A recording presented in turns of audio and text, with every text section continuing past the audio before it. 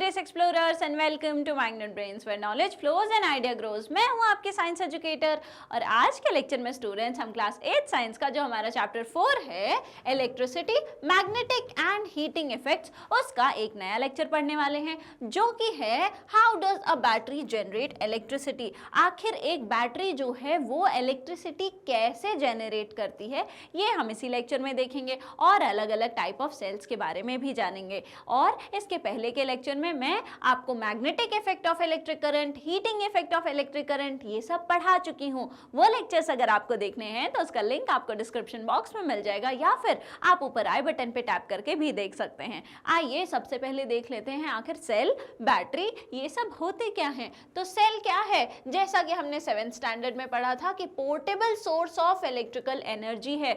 ये कौन से सेल की बात हो रही है, वो सेल जो आप जो है अपनी रिमोट में लगाते हैं और बाकी आप जो अपनी टॉर्च वगैरह में लगाते हैं, इनको हम क्या बोल रहे हैं, portable source of electrical energy. और जो डिवाइस ऐसा डिवाइस जो प्रोड्यूस करे इलेक्ट्रिसिटी केमिकल रिएक्शंस करके, इन सेल्स के अंदर जो है केमिकल रिएक्शंस होते हैं, उन केमिकल रिएक्शंस से इलेक्ट्रिसिटी प्रोड्यूस होती है।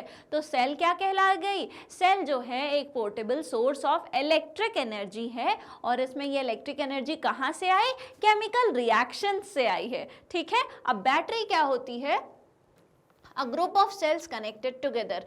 सेल हैं बहुत सारे जो हैं, सेल्स को आपने क्या किया, जब एक साथ कनेक्ट कर दिया, एक का पॉजिटिव टर्मिनल दूसरे का नेगेटिव टर्मिनल, एक का पॉजिटिव टर्मिनल दूसरे का नेगेटिव टर्मिनल, ऐसे बहुत सारे सेल्स को आपने कनेक्ट कर दिया, वो बन गई हमारी बैटरी।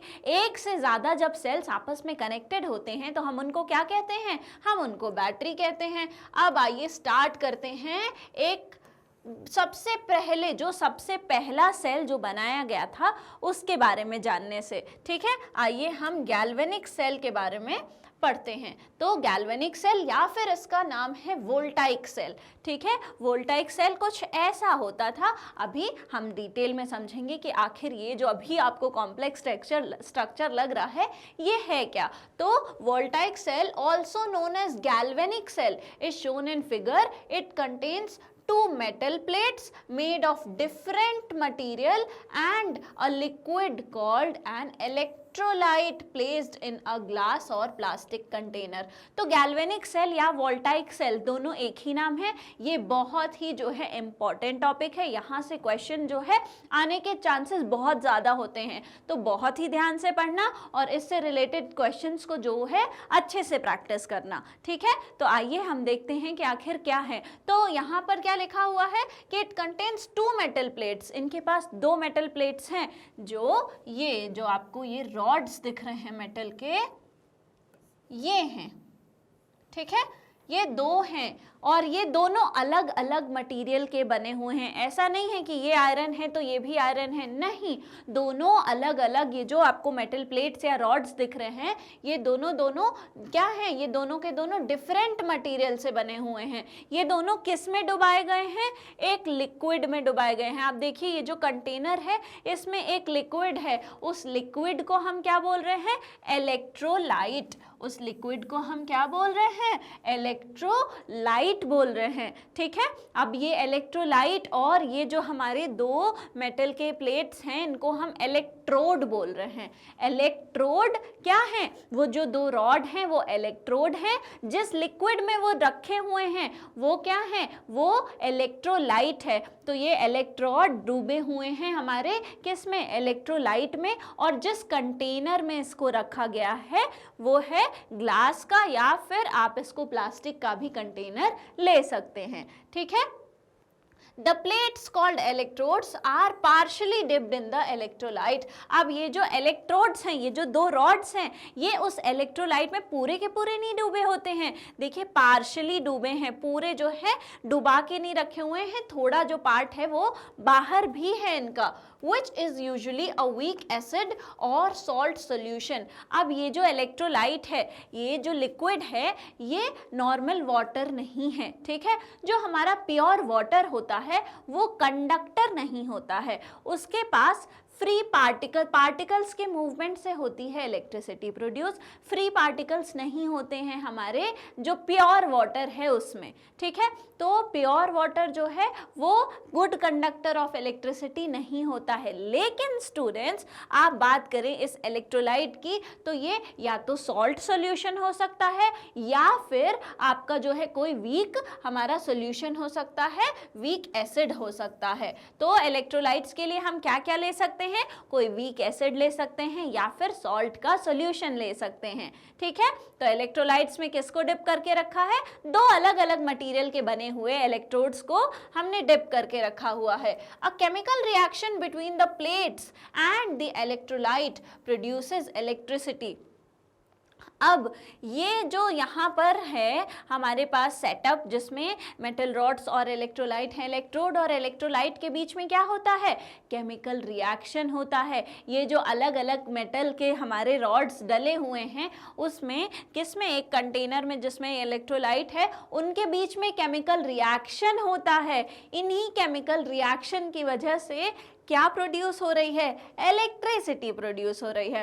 एक के पार्टिकल्स जो हैं वो निकल के जाते हैं, दूसरी प्लेट पे जमा होते रहते हैं और जब वो मूव करते हैं तो क्या प्रोड्यूस करते हैं, इलेक्ट्रिसिटी प्रोड्यूस करते हैं, ठीक है। When the circuit is connected, the electric current flows from positive terminal through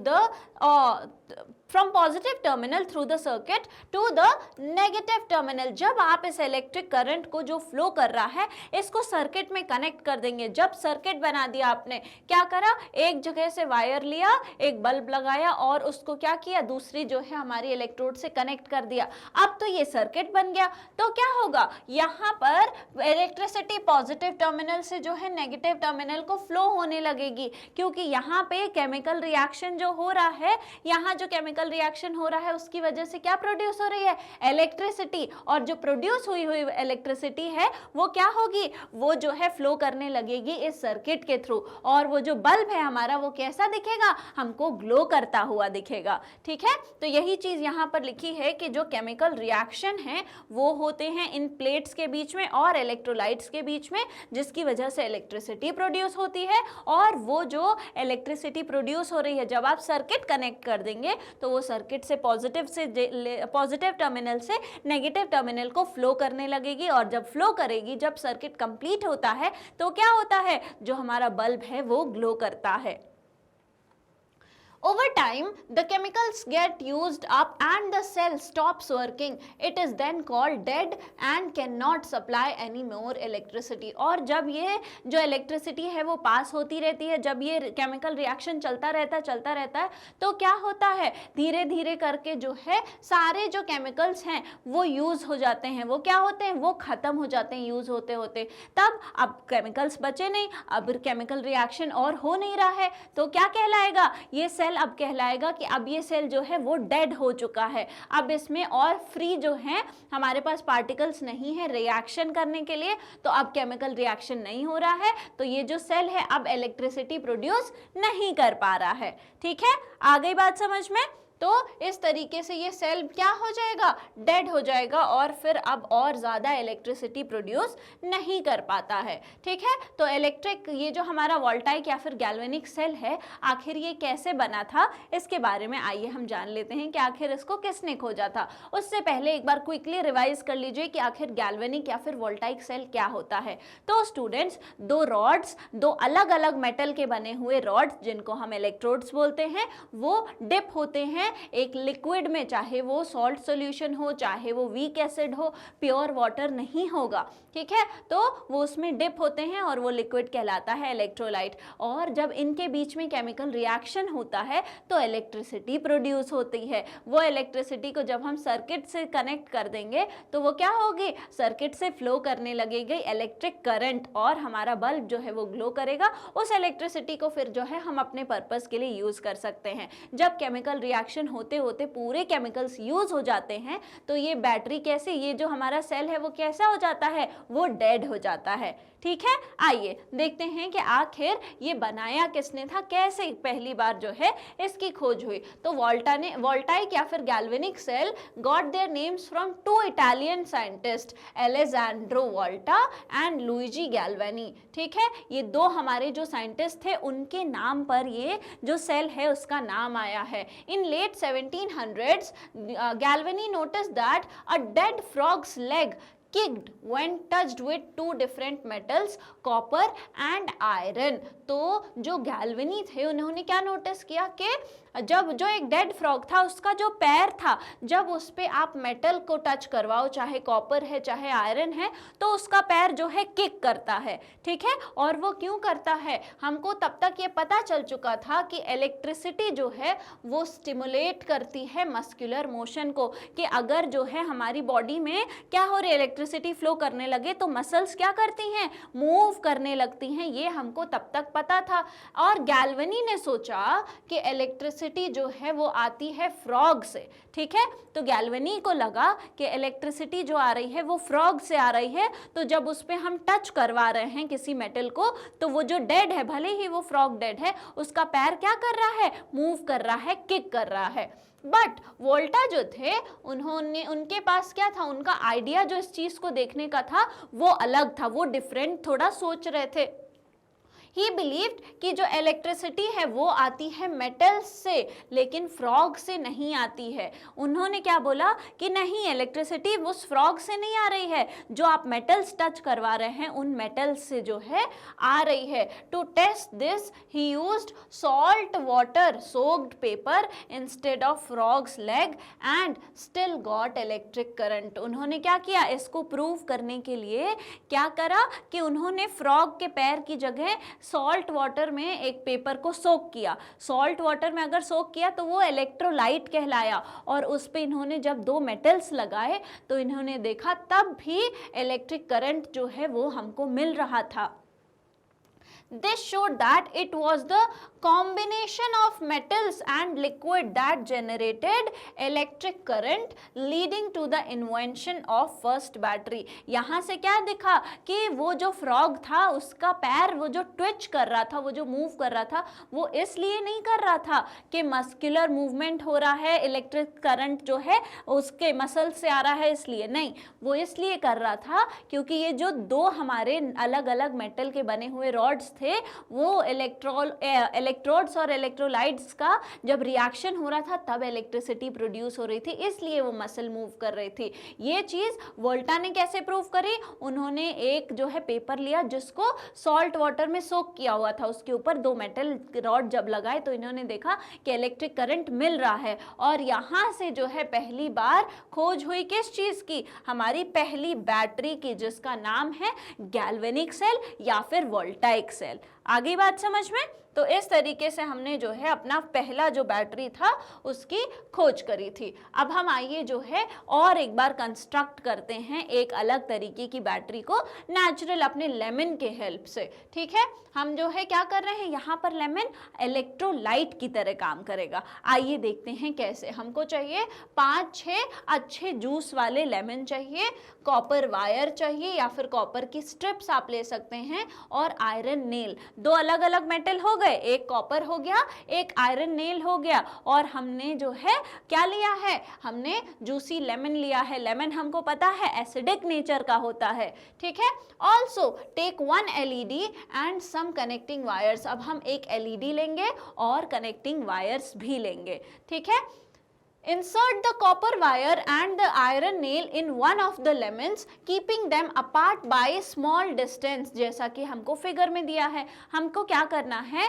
कि एक लेमन लेना है, उसमें थोड़ी सी डिस्टेंस पे एक कॉपर वायर और एक जो है आयरन की नेल, वो दोनों लगा देनी है। क्या करा हमने, एक कॉपर वायर लगाया, एक आयरन की नेल लगाई, और ये क्या है, ये हमारा लेमन है, और इस लेमन में लेमन जूस जो है वो एसिडिक नेचर का है, है ये इलेक्ट्रोलाइट है, एक अलग मेटल है कॉपर, दूसरा मेटल है हमारी नेल जो है वो आयरन की है। कॉपर आयरन दो अलग अलग मेटल्स, वो दोनों इलेक्ट्रोड्स हो गए। और ये जो लेमन है ये कैसे बिहेव करेगा, इलेक्ट्रोलाइट की तरह बिहेव करेगा। हमने एक बनाया, इसी तरीके से हमको जो है सारे अपने जो हमारे लेमन्स हैं उनमें ऐसा ही सेटअप बनाना है। ठीक है, ये हमने कर दिया। Repeat the above step for all the remaining lemons, ये हमने कर दिया कि सारे लेमन्स को जो है ऐसे ही दोनों इलेक्ट्रोड्स लगा के सेट कर देना है। Join the copper wires and nails as shown in figure. अब आपको क्या करना है कि जो कॉपर वायर है उसको वायर की हेल्प से और नेल से जो पहला और जो लास्ट वाला लेमन है उससे क्या करना है, कॉपर वायर और नेल को जो है आपस में कनेक्ट करना है और बीच में एलईडी लगा देनी है जो हमारा बल्ब है। ठीक है, connect the LED between the copper wire of the first lemon and the iron nail of the last lemon। जो पहले वाले हमारा जो लेमन है उसका जो कॉपर वायर है और लास्ट वाले लेमन का जो आयरन नेल है उसके बीच में क्या लगा देना है, हमको LED बल्ब लगा देना है। ठीक है, what do you observe? Does the LED glow? क्या आप ऑब्जर्व करेंगे, क्या LED ने ग्लो किया? अब अगर करंट फ्लो करेगा तो LED बिल्कुल ग्लो करेगी, लेकिन LED के साथ क्या केस है, एलईडी के साथ ये चीज होती है, एलईडी में दो जो है ये देखिए, एक लंबा वायर एक छोटा वायर निकला होता है। ये जो लंबा है ये पॉजिटिव टर्मिनल है और ये नेगेटिव टर्मिनल है। तो अगर एलईडी को हम positive terminal of the battery से कनेक्ट करेंगे, एलईडी का पॉजिटिव, तभी जलेगा, नहीं तो एलईडी नहीं जलेगी। तो अगर एलईडी मान लीजिए इस केस में नहीं जल रही है तो इसको जो है आप एक बार रिवर्स करके देखिए। जब आप रिवर्स करेंगे, हो सकता है टर्मिनल्स जो है उल्टे लग गए हों, जब आप रिवर्स करेंगे तो एलईडी जो है जलने लगेगी। ठीक है, If the LED does not glow, reverse its connection. Does the LED glow now? अगर LED ग्लो नहीं कर रही है तो उसका कनेक्शन रिवर्स कर दीजिए। और अब क्या आपकी LED ग्लो कर रही है? हम यहाँ पे यही लिखा हुआ है कि हमने 7th में पढ़ा था कि LED तभी जो ग्लो करती है जब positive terminal of the LED is connected to positive terminal of the battery. ठीक है, और नेगेटिव टर्मिनल जो है वो नेगेटिव टर्मिनल से कनेक्टेड होता है, तभी LED ग्लो करती है, अदरवाइज ग्लो नहीं करती है। ठीक है, a glowing LED indicates that your cell is working. और अब जो आपकी एलईडी है वो ग्लो करने लगेगी और ये क्या इंडिकेट करेगा कि आपका ये जो सेल है ये काम कर रहा है, आपने एक गैल्वेनिक सेल जो है खुद से बना लिया है। ठीक है, in this cell the metal electrodes are copper wire and iron nails. यहाँ पे आपके इलेक्ट्रोड्स क्या हैं, यहाँ पे आपने कौन कौन से दो इलेक्ट्रोड्स यूज किए हैं, एक कॉपर वायर और जो है एक ये आयरन नेल। ये दोनों क्या हो गए, ये आपके इलेक्ट्रोड्स हो गए। ठीक है, और इलेक्ट्रोलाइट क्या है, ये आपका इलेक्ट्रोलाइट है। ठीक है, आ गई बात समझ में कि इलेक्ट्रोड्स और इलेक्ट्रोलाइट्स हमने दोनों ही यूज करे थे, तब यहाँ पर जाकर क्या बन गया, गैल्वेनिक सेल बन गया। The electrolyte is the lemon juice which helps conduct electricity। Electrolyte क्या है, वो लेमन जूस है। लेमन आपको पता है कि सावर इन टेस्ट होता है, तो सावर इन टेस्ट वाली चीज़ें मोस्टली कैसी होती हैं, एसिडिक नेचर की होती हैं, तो इसलिए जो लेमन जूस है वो इलेक्ट्रोलाइट की तरह जो है काम कर रहा है। You may also use salt solution instead of lemon juice. Salt solution भी आप जो है एज इलेक्ट्रोलाइट यूज कर सकते हैं लेमन जूस की जगह पर। अ स्टेप फर्दर, आइए देखते हैं कि कौन कौन से मेटल का पेयर, हमको पता है जो इलेक्ट्रोड्स होते हैं वो दो अलग अलग मेटल के बने होते हैं। आइए देखते हैं कौन से दो अलग अलग मेटल जो हैं वो यूजुअली यूज होते हैं हमारे वोल्टाइक सेल में। तो पहला क्या है, जिंक और कॉपर का कॉम्बिनेशन हो सकता है, जिंक के साथ सिल्वर आ सकता है, एल्यूमिनियम कॉपर आ सकता है, आयरन कॉपर आ सकता है, मैग्नीशियम कॉपर आ सकता है, लेड कॉपर आ सकता है।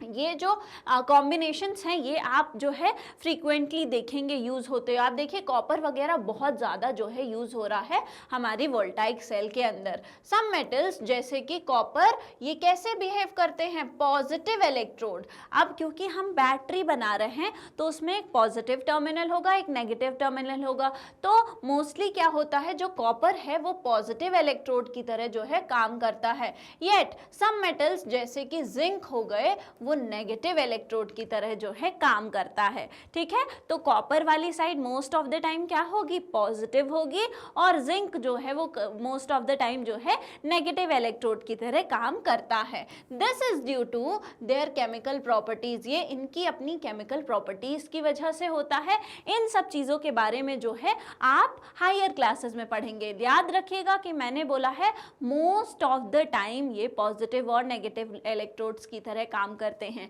हमेशा नहीं होता है। वो पूरा एक जो है मेटल्स की सीक्वेंस होती है कि कौन जो है पॉजिटिव है कौन नेगेटिव है, वो डिपेंड करता है कि दूसरा जो हमारा मेटल का स्ट्रिप है वो कौन सा है, ठीक है। अभी के लिए हमको बस इतना जानना है कि ये अपनी केमिकल प्रॉपर्टीज की वजह से जो है पॉजिटिव इलेक्ट्रोड और नेगेटिव इलेक्ट्रोड की तरह काम कर रहे हैं, और इसके पीछे का रीजन हम आगे हायर क्लासेस में जो है पढ़ेंगे। अब नेक्स्ट देख लेते हैं ड्राई सेल्स के बारे में। ये ड्राई सेल्स क्या हैं? ये ड्राई सेल्स वो ही हैं जो आप अपने टॉर्च में यूज़ करते हैं, आप अपने रिमोट्स में यूज़ करते हैं, ये वो ही सेल्स हैं। आइए देख लेते हैं इनका कंस्ट्रक्शन क्या है। तो वोल्टाइक सेल्स जो हैं वो इम्पॉर्टेंट डिस्कवरी हैं, लेकिन वो कन्वीनियंट नहीं है एवरीडे यूज़ के लिए। जो हमारे वोल्टाइक सेल हैं, आप आखिर उनको उठा के कैसे अपने रिमोट में लगाएंगे? वो लिक्विड जो है इधर उधर गिरेगा, हम उसको जो है कन्वीनियंट हर जगह यूज नहीं कर सकते हैं। इसलिए हमको जरूरत पड़ी दूसरे टाइप ऑफ सेल्स की, जो कि ड्राई सेल्स थे। तो ये सबसे ज्यादा वाइडली यूज्ड इलेक्ट्रिक सेल्स हैं आजकल के टाइम पे। आजकल आप देखिए फोन नहीं, आपके रिमोट्स में, आपके जो टॉर्चेस हैं, आपका जो कैमरा है, इन सब जगहों पर क्या होते हैं, इन सब जगहों पर ये ड्राई सेल्स ही यूज होते हैं। They are called dry because the electrolyte is not a liquid but a thick moist paste. ये electrolytes क्यों कहला रहे हैं, ये dry cells क्यों कहला रहे हैं? क्योंकि इनमें जो electrolyte है वो कैसा है, वो liquid नहीं है जैसा वोल्टाइक सेल में होता था। इनमें जो electrolyte है वो thick paste है, जो कि जो है बहता नहीं है। तो वो thick paste की वजह से ये dry cell कहला रहे हैं, ठीक है। ये जो है हम आप देखेंगे ये जो बीच में इलेक्ट्रोलाइट डला हुआ है, ये कैसा है, ये एक थिक पेस्ट है, इसलिए हम इन सेल्स को ड्राई सेल्स कहते हैं, ठीक है। तो दूसरी वैरायटी ऑफ सेल आप कौन सी पढ़ रहे हैं, ड्राई सेल पढ़ रहे हैं। The structure of dry cell जो है वो यहाँ पर दिया हुआ है। It consist of a zinc container which act as negative terminal and carbon rod at the center covered with metal cap that acts as positive terminal। अब हमको पता है हमने बहुत सारी जो है 7th स्टैंडर्ड में एक्टिविटीज़ करी थी, जिनमें जो पॉजिटिव नेगेटिव टर्मिनल है उसको हमने क्लियरली यूज़ किया था। तो आखिर आ जाइए इंटरनली देखते हैं कि इस ड्राई सेल के अंदर पॉजिटिव टर्मिनल कौन सा है, नेगेटिव टर्मिनल कौन सा है। तो नेगेटिव टर्मिनल कौन सा है, ये जो जिंक कंटेनर है वो नेगेटिव टर्मिनल है। आइए दिखाती हूँ, ये जो आपका बाहर का ये जो जिंक कंटेनर, ये जो आपको दिख रहा है बाहर का, ये क्या है, ये आपका नेगेटिव टर्मिनल है। ये जिंक से बना हुआ कंटेनर है, ये नेगेटिव टर्मिनल है। बीच में ये जो आपकी कार्बन की रॉड है, बीच में ये जो आपकी कार्बन की रॉड है, जो ये मेटल कैप से जो है ढकी हुई है, ये क्या है, ये हमारी पॉजिटिव टर्मिनल है, ठीक है। और इस जो हमारा जिंक का कंटेनर है, इसमें क्या फिल्ड है, इसमें फिल्ड है आपके इलेक्ट्रोलाइट्स। आ गई बात समझ में? एक पॉजिटिव टर्मिनल, एक नेगेटिव टर्मिनल और इलेक्ट्रोलाइट जहां पर रिएक्शन होगा, ये सब जो है आपको इस फिगर में दिख गया, ठीक है। तो पॉजिटिव टर्मिनल देख लिया हमने, नेगेटिव टर्मिनल देख लिया। आउटर क्या था, zinc container, negative terminal. Carbon rod जो बीच में है वो पॉजिटिव टर्मिनल है। जो कार्बन रॉड है वो किससे सराउंडेड है, पेस्ट लाइक स्ट्रक्चर। इसका जो ड्राई सेल नाम ही इसलिए पड़ा है क्योंकि इसका जो इलेक्ट्रोलाइट है वो पेस्ट लाइक स्ट्रक्चर है, वो लिक्विड नहीं है, वो पेस्ट जैसा है। तो इस कार्बन रॉड के अराउंड क्या है, इस जो पॉजिटिव टर्मिनल है उसके अराउंड है हमारा इलेक्ट्रोलाइट, जो कि पेस्ट लाइक जो है स्ट्रक्चर है। The dry cell is a single use cell, meaning once it is used up it has to be disposed of. जो हमारा ड्राई सेल है वो सिंगल यूज का सेल होता है, मतलब कि जो हमारा ड्राई सेल है, एक बार अगर आपका जो रिमोट की बैटरी है वो अगर यूज हो गई, वो खत्म हो गई, तो अब जो है आपको उसको फेंकना पड़ेगा और नई सेल जो है लेकर आनी पड़ेगी। ये एक बार यूज हो जाने के बाद रीयूज नहीं हो सकती हैं। ऐसी सेल्स जो एक बार यूज होके रीयूज ना हो पाए, अगर वो रिचार्ज नहीं हो पा रही हैं, उनको हम प्राइमरी सेल्स कहते हैं।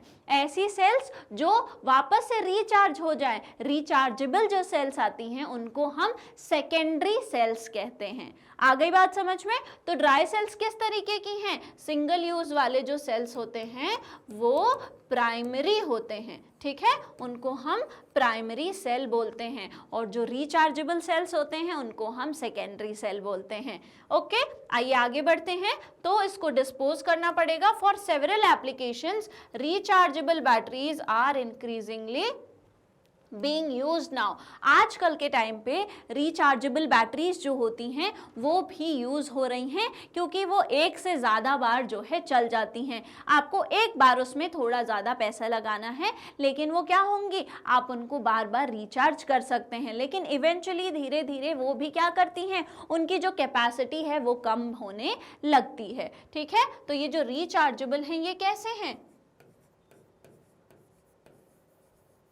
सेकेंडरी सेल्स हैं। ठीक है, ये कैसे सेल्स हैं? सेकेंडरी सेल्स कहलाते हैं। आ गई बात समझ में? आइए आगे बढ़ते हैं।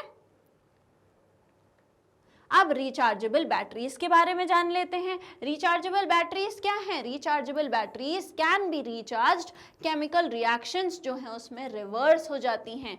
कैसे हो रहा है समझने की कोशिश करिए। मैंने क्या बोला कि जब हम वोल्टाइक सेल पढ़ रहे थे तो क्या हो रहा था, वो जो दो रॉड्स थे जो इलेक्ट्रोलाइट में डिप थे, उनमें केमिकल रिएक्शन हो रहा था। तो एक जो रॉड थी उसका पूरा जो है जो पार्टिकल था वो निकल निकल के दूसरे रॉड पे जाके डिपॉजिट हो रहा था। अब क्या बचा, सारा केमिकल खत्म हो गया। अब जब बचा ही नहीं है तो अब केमिकल रिएक्शन कैसे होगा, तो वो सेल क्या हुई, डेड हो गई। अब हमने क्या किया, उसको रिवर्स कर दिया। अगर वो केमिकल रिएक्शन हमने रिवर्स कर दिया तो क्या होगा, रिवर्स करने के बाद तो अब जिस सेल पे खूब सारे पार्टिकल्स डिपॉजिट हुए थे वो निकल के जाने लगेंगे और दूसरे वाले इलेक्ट्रोड पे जाके डिपॉजिट होने लगेंगे। इस तरीके से क्या होगा, वापस से जो सेल है वो चार्ज होने लगेगी। ठीक है, तो रिचार्जेबल बैटरीज में जो केमिकल रिएक्शन है वो रिवर्स होने लगता है एंड रीयूज्ड मल्टीपल टाइम्स, और उसको हम जो है बार बार चार्ज करके मल्टीपल टाइम्स जो है यूज कर सकते हैं। This prevents wastage and saves money over time as well. तो अब क्या होता है कि हमको ये जो है वेस्टेज से बचाता है, बार बार नई सेल ला रहे हैं वो वेस्ट कर रहे हैं, फिर दूसरी सेल ला रहे हैं। इससे अच्छा है हम क्या करते हैं, एक बार पैसे लगा के और रिचार्जेबल सेल खरीद लेते हैं और वो मल्टीपल टाइम्स जो है यूज में आ जाती है। There are many different kinds of rechargeable batteries that are used for different applications, from small batteries used in watches and phones to batteries used in laptops, tablets, to bigger batteries that run inverters और drive electric vehicles. हमारे पास बहुत सारे examples हैं जो दिखा रहे हैं कि ये रिचार्जेबल बैटरीज जो हैं उनका एप्लीकेशन क्या क्या है। ये जो बैटरीज हैं ये आपकी वॉचेस में, आप फ़ोन जो बार बार चार्ज करते हैं हर रोज़ उसमें रिचार्जेबल बैटरी है। उसके बाद आपका लैपटॉप जो है, टैब वगैरह जो है उनमें थोड़ी बिगर बैटरीज हैं। फिर आपके घर के जो इन्वर्टर्स हैं उनमें जो है रिचार्जेबल, वो एग्जाम्पल है रिचार्जेबल बैटरीज का। साथ ही साथ जो हमारे ई व्हीकल्स आ गए हैं आजकल वो सब रिचार्जेबल बैटरीज के एग्जाम्पल्स हैं। ठीक है, तो आप याद करिए कि रिचार्जेबल बैटरीज जो हैं वो कहाँ कहाँ पर यूज होते हैं और फिर हम इस लेक्चर में जो है आगे बढ़ेंगे। आइए अब हम आगे बढ़ते हैं। तो ये जो रिचार्जेबल बैटरीज की बात हो रही है इनमें भी क्या प्रॉब्लम है कि ओवर द टाइम ये क्या होती हैं, इनकी जो कैपेसिटी है वो कम होने लगती है। However rechargeable batteries do not last forever. Rechargeable batteries भी हमेशा नहीं चलती हैं। After being charged and used many times they slowly wear out. धीरे धीरे जो है वो क्या होती हैं, बहुत बार चार्जिंग रिचार्जिंग की वजह से वो जो है धीरे धीरे डेड होने लगती हैं, उनकी कैपेसिटी जो है वो कम होने लगती है और फिर वो क्या हो जाती हैं, वेयर आउट हो जाती है, धीरे धीरे डेड हो जाती हैं। ठीक है, तो यहाँ पर लिखा है oh so this is the reason why after a year or two the phone battery requires charging more often. इसीलिए जब आपका फोन पुराना हो जाता है, पहले क्या है वो बैटरी बहुत देर तक चलती रहती थी, आपने सुबह चार्ज किया और फिर हो सकता है वो रात तक अगले दिन तक चले, लेकिन जब 1-2 साल हो जाते हैं तो जो फोन की बैटरी होती है वो कैसी हो जाती है, उसको फ्रीक्वेंटली चार्ज करना पड़ता है, वो जल्दी जल्दी डिस्चार्ज हो जाती है। इसीलिए क्योंकि वो कैसी बैटरी है, रिचार्जेबल बैटरी है, और ओवर द टाइम फिर उसकी जो कैपेसिटी है वो खत्म होने लगती है। ठीक है, आइए आज देखते हैं अ स्टेप फर्दर में लिथियम आयन बैटरी जो है वो क्या होती है। तो today the lithium ion battery is most common type of rechargeable battery found in almost all devices that use batteries. ये जो लिथियम आयन बैटरी है ये क्या है, ये लिथियम और कोबाल्ट के कॉम्बिनेशन से बनी होती है। ये जो है आजकल की सबसे ज्यादा यूज होने वाली है रिचार्जेबल टाइप की बैटरी, और ये मोस्टली जो डिवाइसेस हैं जिनमें रिचार्जेबल बैटरीज होती हैं आजकल जो है यही पाया जाता है। ये बैटरीज जो हैं स्पेशल मेटल्स जैसे कि लिथियम हो गया, कोबाल्ट हो गया, जो कि माइनिंग के प्रोसेस से, मतलब कि जो कि माइन करके आपको इनकी जगहों से निकाला जाता है और फिर प्रोसेस किया जाता है। Limited parts of the world में, ये हर जगह अवेलेबल नहीं है। ये जो लिथियम है, ये जो कोबाल्ट है, ये हर जगह अवेलेबल नहीं है। कुछ पार्ट्स ऑफ द वर्ल्ड में जो है ये अवेलेबल है, ये वहां से आती हैं, और ये जो है लिथियम आयन की बैटरी इन्हीं से जो है बनती है। Because of this countries are now racing to secure supplies, recycle old batteries and develop new technologies। इसकी वजह से, क्योंकि इनका जो लिमिटेड जो रिसोर्स है ये, इसकी वजह से क्या कर रही हैं आजकल की कंट्रीज कि जितने पुराने जो चीज़ें हैं, जो हमारे पास पुराने अप्लायंसेस हैं, उनको रिसाइकल करती हैं ताकि ये चीज़ों को एक्सट्रैक्ट वापस से किया जा सके। इनकी सप्लाईज को जो है वो ज़्यादा से ज़्यादा लेना चाहती हैं, अच्छे जो है रेट्स पर